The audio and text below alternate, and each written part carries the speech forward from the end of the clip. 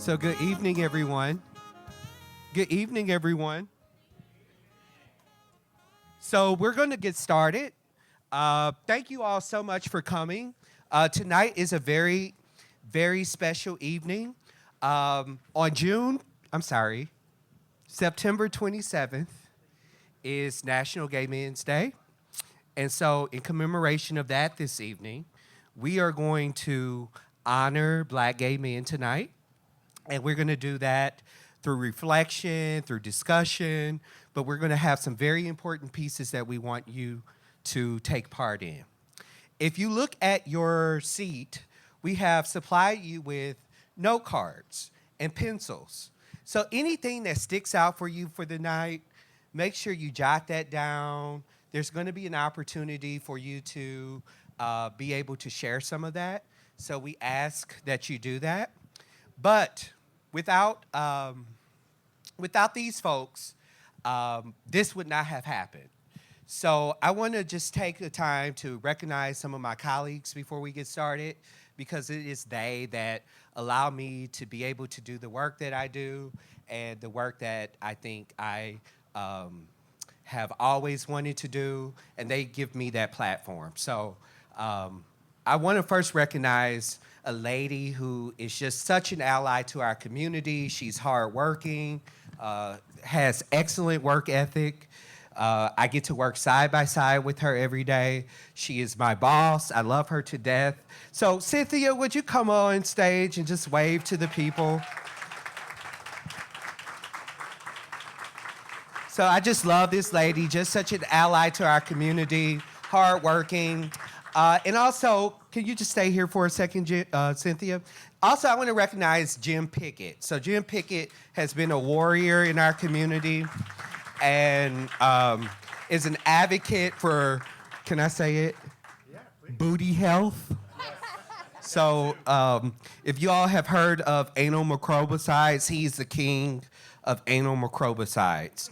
And also the new king, he was just crowned for PrEP. So we'll talk about that a little bit this evening. So also I want to recognize our president and CEO, our interim president and CEO, John Peller. My best baton wave here. So I just want to thank these three folks. They're my colleagues at the AIDS Foundation of Chicago. They are an advocate for our community and work tirelessly every day to make sure that we have the resources to do what we need to do to be successful. So thank you, guys. Thank you, Anthony. So the next person I want to recognize before we get started is Sanford Gaylord. So if you know Sanford or seen his work, clap.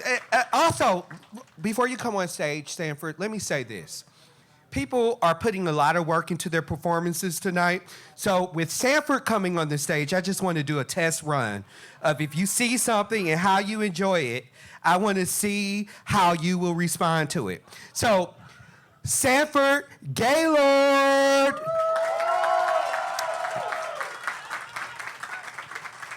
So Sanford Gaylord is a long-time friend, love him to death. And also he works for the office.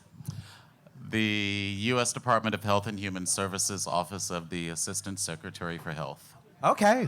He said it much better than I could have. So thank you so much, Sanford, for being a sponsor and a part of this. And also the team that you just saw here tonight are also co-conveners of the African American Gay Men's Health conference that's happening tomorrow at the University Center. If that is something that you are interested in attending, please see one of those folks that you just saw, and they will be able to help you. So hopefully that. So thank you so much, Sanford. So without further ado, I'm going to ask if we can have the, let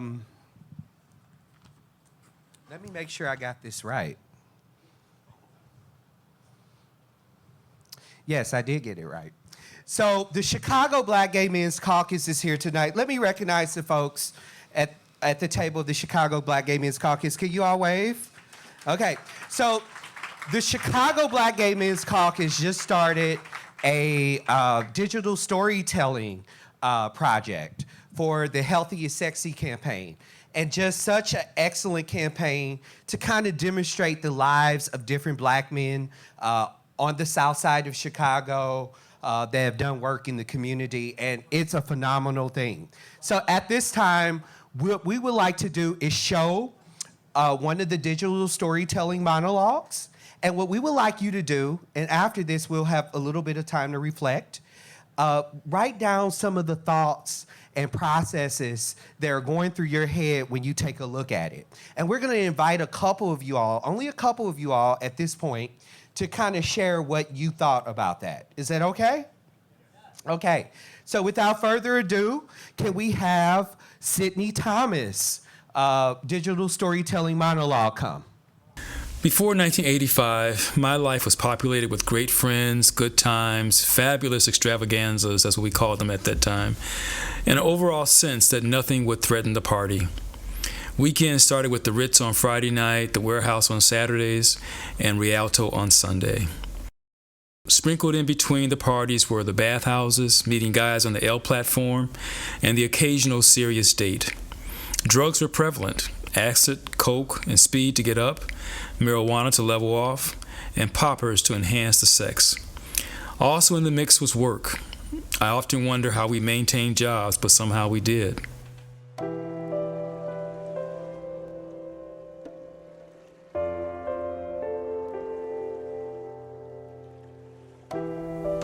When news of the sissy cancer started circulating, we did not worry because the faces we saw on the news were white, and the rationalization was that this was only an issue for them or for those of us who had sex with white guys.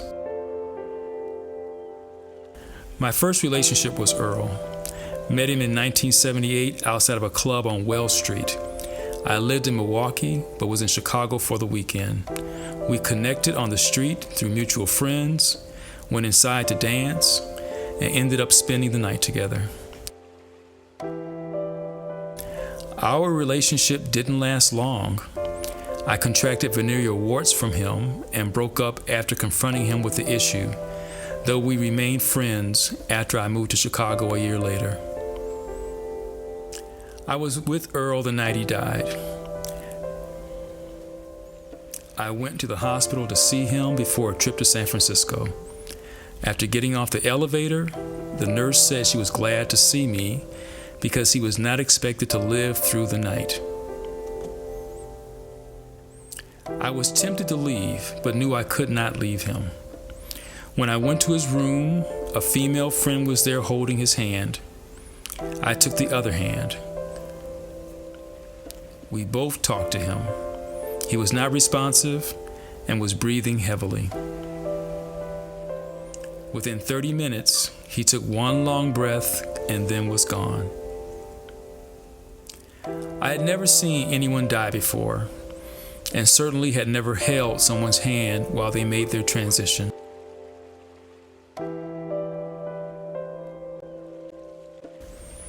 That experience was a call to action for me. Although believing AIDS was not my issue, I did keep track of the news and the mobilization of the white gay community. I recall walking through the waiting room of the Fantas Clinic and knowing more than half of the people waiting to see a doctor. Most would not acknowledge me, and I respected their decision. The hurt I felt was enormous, as one by one, my close circle of friends was decimated. As Mother Angelou said, this generation is paid for and needs to recognize its greatness.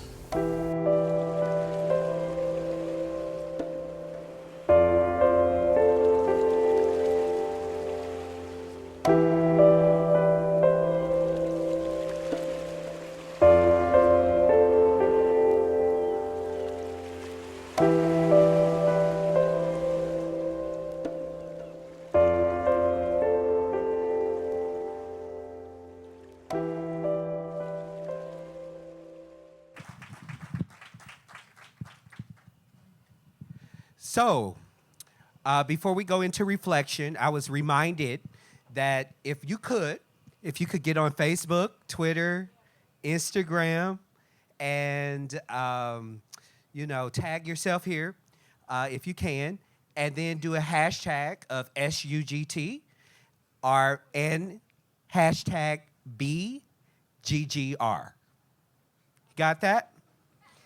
Okay. Hashtag SUGT 2014. Step Up Get Tested 2014. SUGT 2014. And Black Gay Guys Rock BGGR as part of Instagram and Facebook. Thank you so much for doing that. So did you all write down those notes?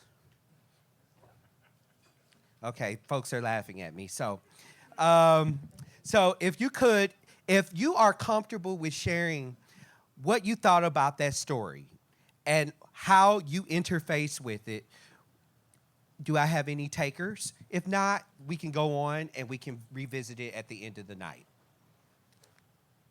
Okay. I don't see anyone that's comfortable right now. But we're going to do that later on. So if you have to marinate with it a little while, we will do that. Also, I also want to recognize someone. I did not know he was here. I did not see him. So I was walking down the street one day. We were walking down the south side just being hot Black gay guys. And we were walking down, what was it, Cottage Grove? Okay, we were walking down Cottage Grove. We had just left somewhere. I had rode my bike. We were walking. We were just talking. You know how we do. We just talk and chat it up and gossip, So we were walking down the street, and he says, Anthony, I just started this hashtag called Black Gay Guys Rock. I said, oh, my God, that is – actually, we weren't there. We were having drinks somewhere. He was saying, Black Gay Guys Rock. I knew y'all would respond to that. So we were sitting out having drinks, having cocktails somewhere, and we started looking at Facebook, and I saw, what is this hashtag Black Gay Guys Rock? So the creator of Black Gay Guys Rock, and we're going to do something with this hashtag. So the creator of Black Gay Guys Rock is here, and I just want to take the opportunity to recognize him. It was not my creation. I just stole it and used it. But I got permission. So, Al, can you stand up for a minute? So this is my buddy. Actually, come on up, Al, because you deserve the credit for that. And I want to make sure that he gets the credit for that. And also, Al has just started working at the Howard Brown Health Center, one of my favorite clinics to go to for care. And so I just want to recognize him and say, we love you, and Black Gay Guys Rock. So the creator of that, Al Harad. So look it up, and we'll be talking more about that.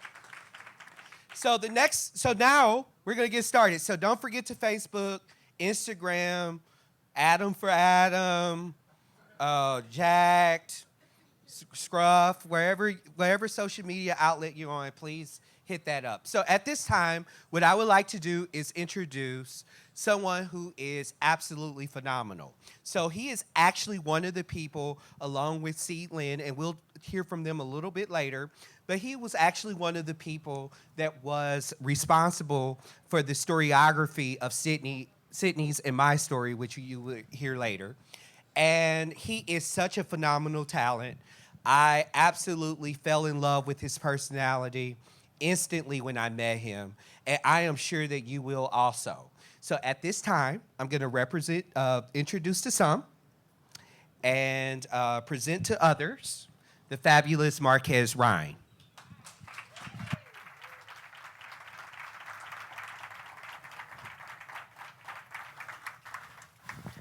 It's not your fault. It's not your fault that I move away from your touch into the arms of a nightmare. Just try it again. Caress my skin, and I'll try to remember when you reach to touch me. It's just to hold me and to let me know that you are here and to celebrate that simple notion.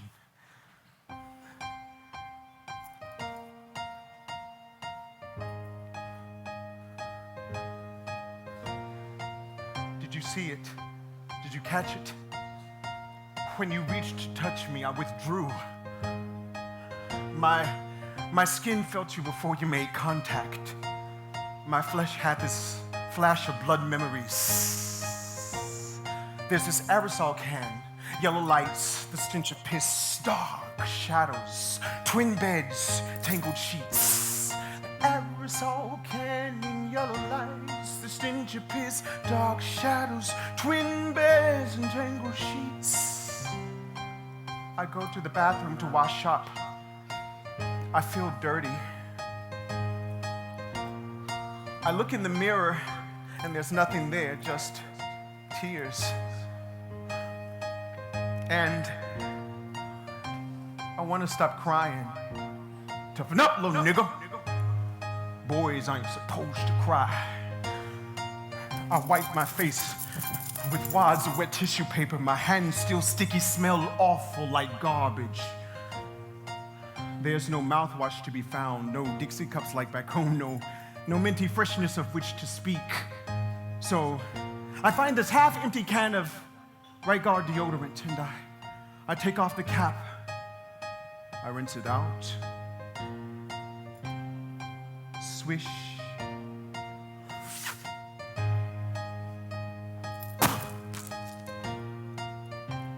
It tastes like metal in private parts. Please help me, Jehovah. I just want my mama and Anita to rock me. Like when I have the night terrors, cause the boogeyman lurks just down the hall. So I sneak out and tiptoe to the front room. I hide in the curtains. I hope that the monsters can't find me in here. And I'm looking out the window to see if my mama's coming. And as I look across the parking lot, these yellow lights, they start morphing into macabre minstrels mocking me as I fear my second round. Why, Mama? Why did you have to go all the way across the Mississippi River and leave me here? And where is Daddy? Billy, the midnight kid, when I need him? And why do daddies leave their mamas? And why do mamas leave their children? Tell me, where are you, God? Where are you in all of this? Oh, there you are, little boy. Come here. Kiss me. Lick. Now suck. Down there. Down there, in her private parts, my childhood is smothering. I try to escape, but her fingertips and her knuckles, I buckle beneath the weight of her hands. She's pressing my head towards the foot of the bed, into her crotch. The stench of piss and hot garbage are strong in my nostrils. Dark shadows loom everywhere I look. These twin beds are going to be my gravesite. The tangled sheets cut off my air, and I can't find a way out. And she just keeps pushing and grinding my face into her crotch. And it's getting hot as hell, and I start sweating like a sinner on Sunday morning, like I stole something. And my babysitter, she becomes this wild beast grunting. And I don't know how to escape its clutching claws, so I leave my body. And I bear witness from the corner of the room. And I wait. I wait until she is done. Please don't tell what happened. Maybe I was being too mannish. Maybe, please don't tell. You should be ashamed you didn't like it, little faggot. Please don't toughen up, little nigga. Please don't. Boys ain't supposed to cry. Please don't come here, lick, suck, touch, aerosol can. The yellow lights, the stench of piss, dark shadows, twin beds and tangled sheets. It's not your fault that I am the way that I am. It's It's not your fault. Please, come back. Don't leave me here. I can't tell you what happened. My flesh had a flash of blood memories. I can't tell you I will get in trouble. I can't tell you because it's really, maybe I got what I deserve. It was bad, bad, bad.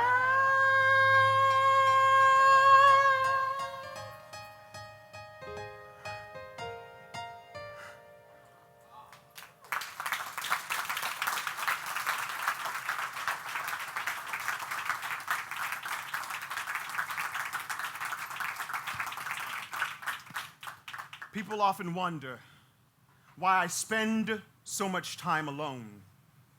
They think that maybe I am afraid of going outdoors, afraid of getting dirty, afraid of my own shadow. Well, just imagine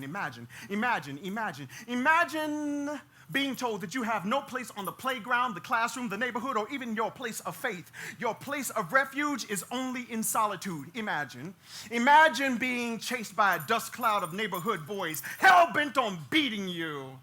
Imagine you do not fit into their identities of masculinity and blackness. You don't fit into their boxes. Is you a boy or is you a little girl? Oh, he's a faggot. He's a sissy. Punk. Imagine black eyes, bloody nose, and your body pummeled until it feels like fire shut up in your bones. Now, you can fight one or two of them, but 10 or 12 with branches and bricks, and then the crowds, they start encircling you and they're taunting you because they're going to beat your ass. Imagine picking yourself up, dusting yourself off. You have scratched palms, holes in your one good pair of pants, but you don't give them the satisfaction of your fear because you have been here before. You've been here before. Remember that as a little one, you were pushed down a flight of stairs by your own stepdaddy. Because you know what? I don't really like the way you look, you black faggot-ass motherfucker. Imagine staring down the barrel of a pointed pistol. It's locked and loaded, and laying your body on top of your mama's. If you're gonna shoot her, you got to shoot through me first. Imagine stopping a fist pointed at your mama's belly by one of her so-called friends, and you block the blow and you return the strike to her eye, and you're not proud of yourself. You're not proud, but to hit and to hate are becoming second nature. So no, you're not afraid. Now, you might be a girl, a faggot, a sissy, and a punk, but you're never afraid to fight. You're afraid of not being able to stop. You are afraid that in your effort to survive, that you're gonna forget what it is like to love and to be loved. And they ask, why do you spend so much time alone? Imagine that. There once was a land of cyclopses. Don't you laugh or put them in boxes. For from the moment they were born, they were seen as the norm. Because the land was well peopled with cyclopses. One-eyed wonder myopics. They could be found from tundra to tropics, but much to their surprise were these children with two eyes. And this is where our story gets complex. Now, some by optics were exceedingly shy. For that reason, they cover one eye. But if one were to snatch from their eye, then their patch 'twas little choice to hide or to die. Now, some by optics were exceedingly bold. And if you ask, they usually told. For the absolute truth is their most passionate pursuit. And lying gets tired and old. Lying gets tired and old. There once was a land of cyclopses. Don't you laugh or put them in boxes. These souls were born free and ought to be free indeed. And one-eyed wonders, let he that is without sin cast the first stone. And one-eyed wonders ought to throw no rocks.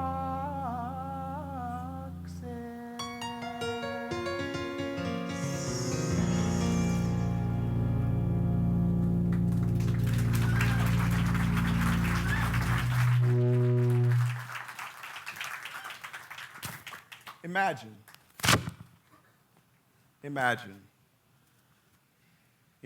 that. Oh, you want to know his name? You want to know his name? His name was Donald, Daryl, David. Donald number 2, Dean, Derek.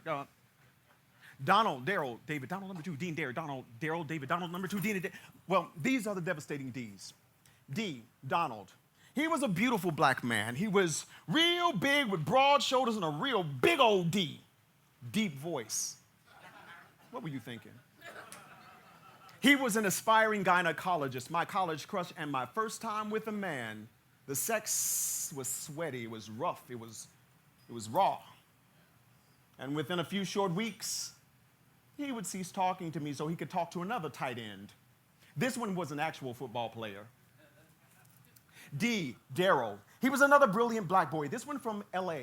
He was short, he had a curly kid in his box fade, and he had a little rat tail hanging from the nape of his neck. Now, don't act like I've never heard of black people's mullet. Yeah, one of you probably had one.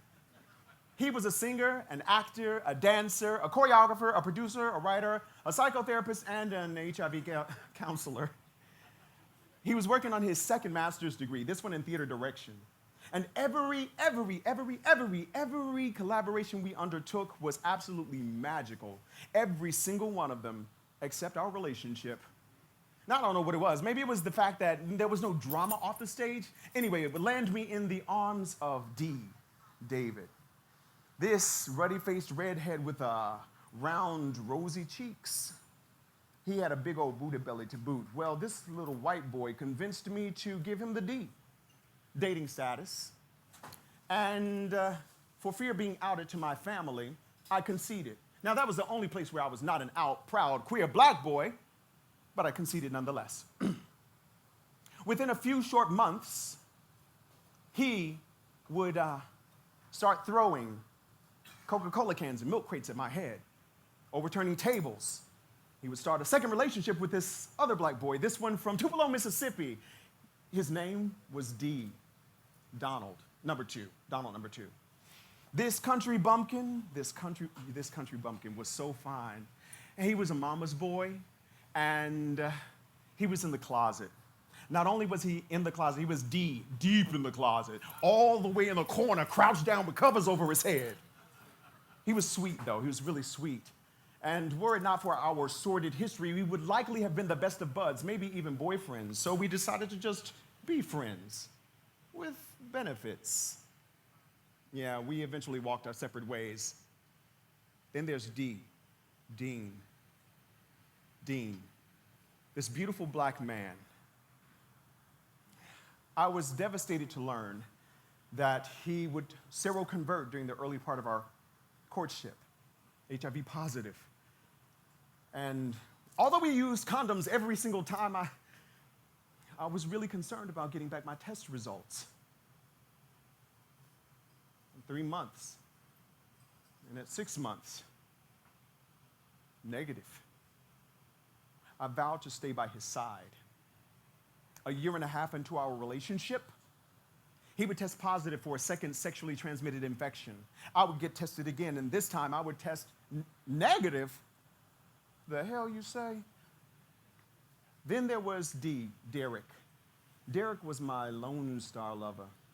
Derek was a short, chubby love muffin of a black man. He was a caretaker of adults with developmental disabilities. He knew that the way to my heart was through my belly, and soon I too became a thick black boy with a big old booty and broad thighs. Shit. After the 6-month mark, After the 6-month mark, tragically, my little brother would lose his life, and I would lose my job. And Derek D, decided that he would cheat on me with an illiterate-ass mud duck with a capital D. So I gave him the D deuces. I don't know. I've exposed myself, my body, my mind, my spirit, to hurt and to harm, to danger and to disease of every imaginable stripe. I exposed myself. I did it. Why? For the sake of a chance at having somebody love me. I figure for all of this madness, I could have just as easily married a woman. Shut up, I could have.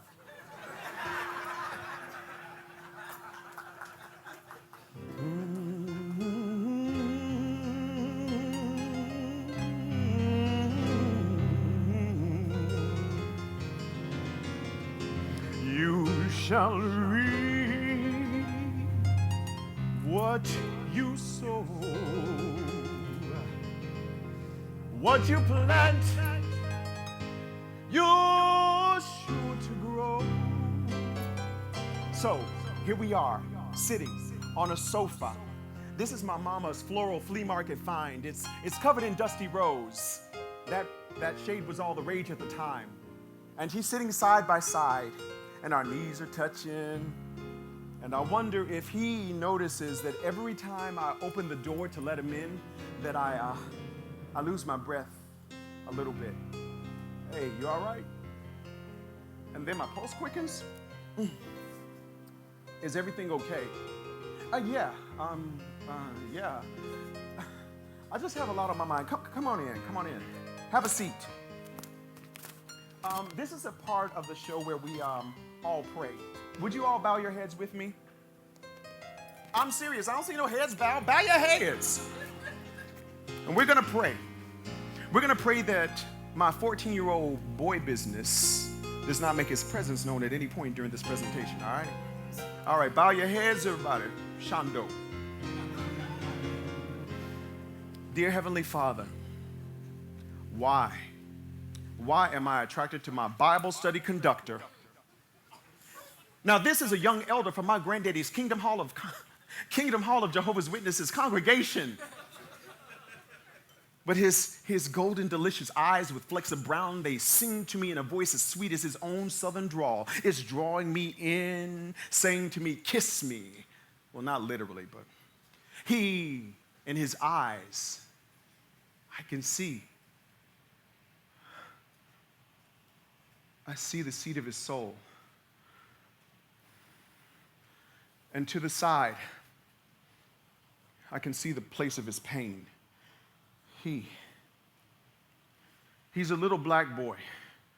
He's a little black boy lost, needing someone to care enough to take the time to show him which way is home. His gangly limbs ache from the absence of touch. Denial, it seems, is his constant companion. It's reminding him of who he is and who he can never fully be. And I can see with my own eyes behind the suit that I just lifted and stripped from his body. Ooh, these secrets. These secrets I should not know. Not now, not here, not with him. The Lord is my shepherd and God knows what I want. But I have the good sense that the good Lord gave me. So I'm not going to tempt fate the way that his lips and his laughter tempt me even now. In a few short weeks, this elder is going to get married, and he's going to try to live his life as a straight man. And so now I have to ask myself, are you willing to give up everything? Are you willing to give up everything?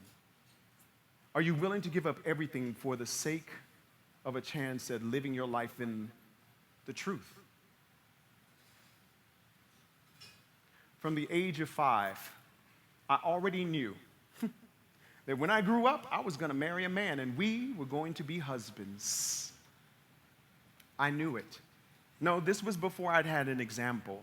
This was before the babysitter, the bats, the belts, the bullies, the bricks, the branches, before all of that, I already knew. I knew that my ministry was destined to be different. So no. No longer will I join you in these stiff shirts, these boxy suits, our worn and our weary souls, treading asphalt paths to knock on doors and evangelize the masses, to take up the yoke of a new bondage of empty hallelujahs and hollow hand claps, where certain loves, black boys loving black boys, loving black boys, loving black boys, and black men loving black men, loving black men, loving, and queer love and queer love and queer black love, where certain loves dare not even speak their names. Who are they to say that our love is illegitimate? Illegitimate. And who are they to say that our love is not real? And we know our love is real. I love you with my whole heart, my whole soul, my whole mind, and what's even more, I love my neighbor as myself. And who can ask for anything else? So who are they to say that our love is illegitimate? Illegitimate. We got legitimate love, legitimate love, legitimate love, legitimate love. We've got legitimate love, legitimate love, legitimate love.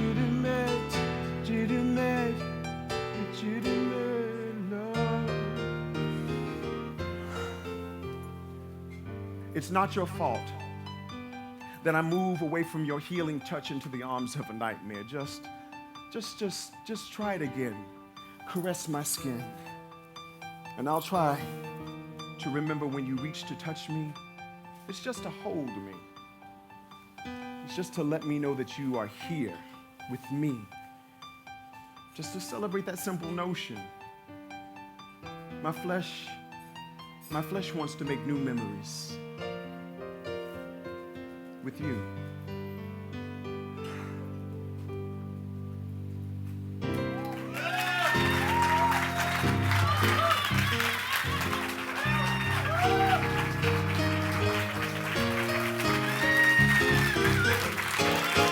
You can believe, you can trust and know that you shall reap just what you sow. So you better sow love, sow peace, sow freedom, justice and equality. You can believe, you can trust, and know you shall reap just what you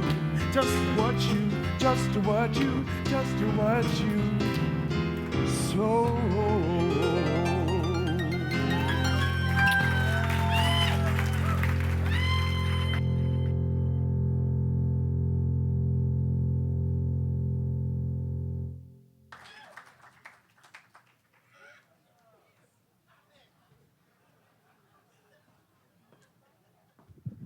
All I have to say right now is wow. So give Marquez another round of applause.